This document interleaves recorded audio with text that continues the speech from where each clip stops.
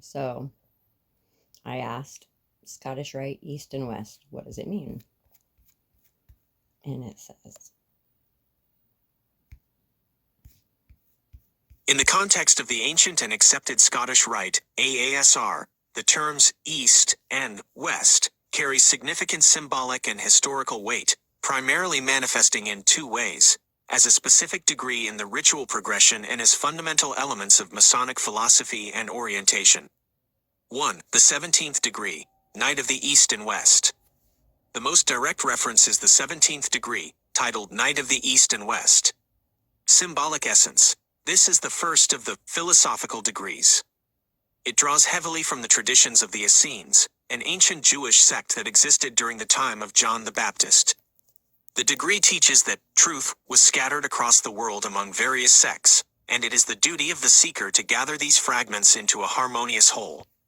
Philosophy. It symbolizes the reconciliation of the thought of the Orient, East, and the Occident, West. It emphasizes that loyalty to a higher divine order is the primary allegiance of humanity, and that temporal governments not founded upon this righteousness will ultimately falter. Ritual elements. The degree uses powerful imagery, including the Book of Seven Seals and the Tetractes.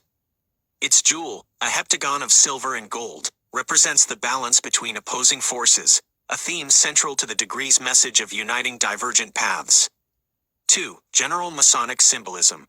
Beyond the 17th degree, East and West are foundational to the physical and metaphysical layout of all Masonic work. The East, historically and symbolically, the East represents the source of light, wisdom, and the rising sun. It is where the master of the lodge or the presiding officer sits, as they represent the sun at its rising to open the lodge and dispense light and instruction to the brethren. The West is associated with the setting sun, the closing of the day, and the direction of the senior warden. Symbolically, it often represents the point of reflection, innovation, or the place where laborers receive their wages. Movement. Masonic ritual is often described as a journey from darkness to light, or from west to east. The movement through the degrees is a process of transitioning from the West, the outer, material world, toward the East, the inner, spiritual light.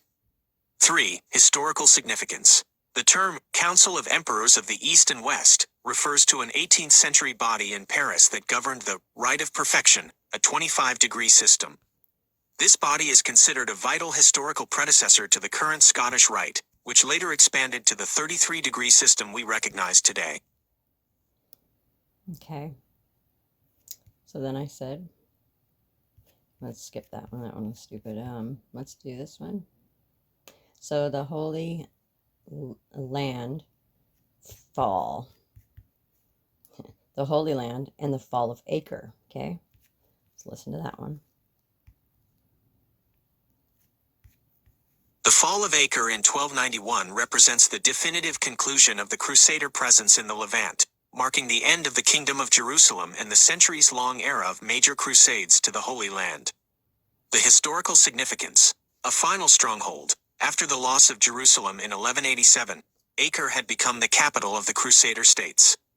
It was the last major fortress where the military orders, specifically the Knights Templar and the Knights Hospitaller, could maintain a foothold.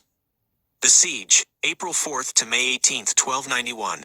The Mamluk Sultan al-Ashraf Khalil led a massive, well-prepared army against the city. Utilizing superior numbers and advanced siege engines, the Mamluks systematically undermined the city's walls. The collapse. The final assault on May 18th saw the breach of the accursed tower and the subsequent fall of the city. While the Templar fortress held out for another 10 days until May 28th, the city's capture effectively ended the Crusader political and military influence in the region. Thematic and symbolic impact.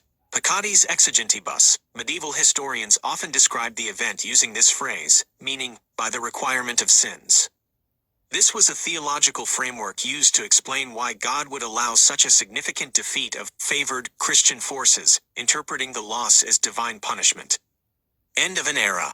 The fall of Acre shifted the focus of European powers away from the Levant. Despite various later calls for new crusades, the geopolitical reality had changed, and the Holy Land was no longer under the control of the Latin West. The siege is often studied today as a masterclass in medieval warfare, as well as a pivotal turning point that forced a reconfiguration of religious and political identity across the Mediterranean world.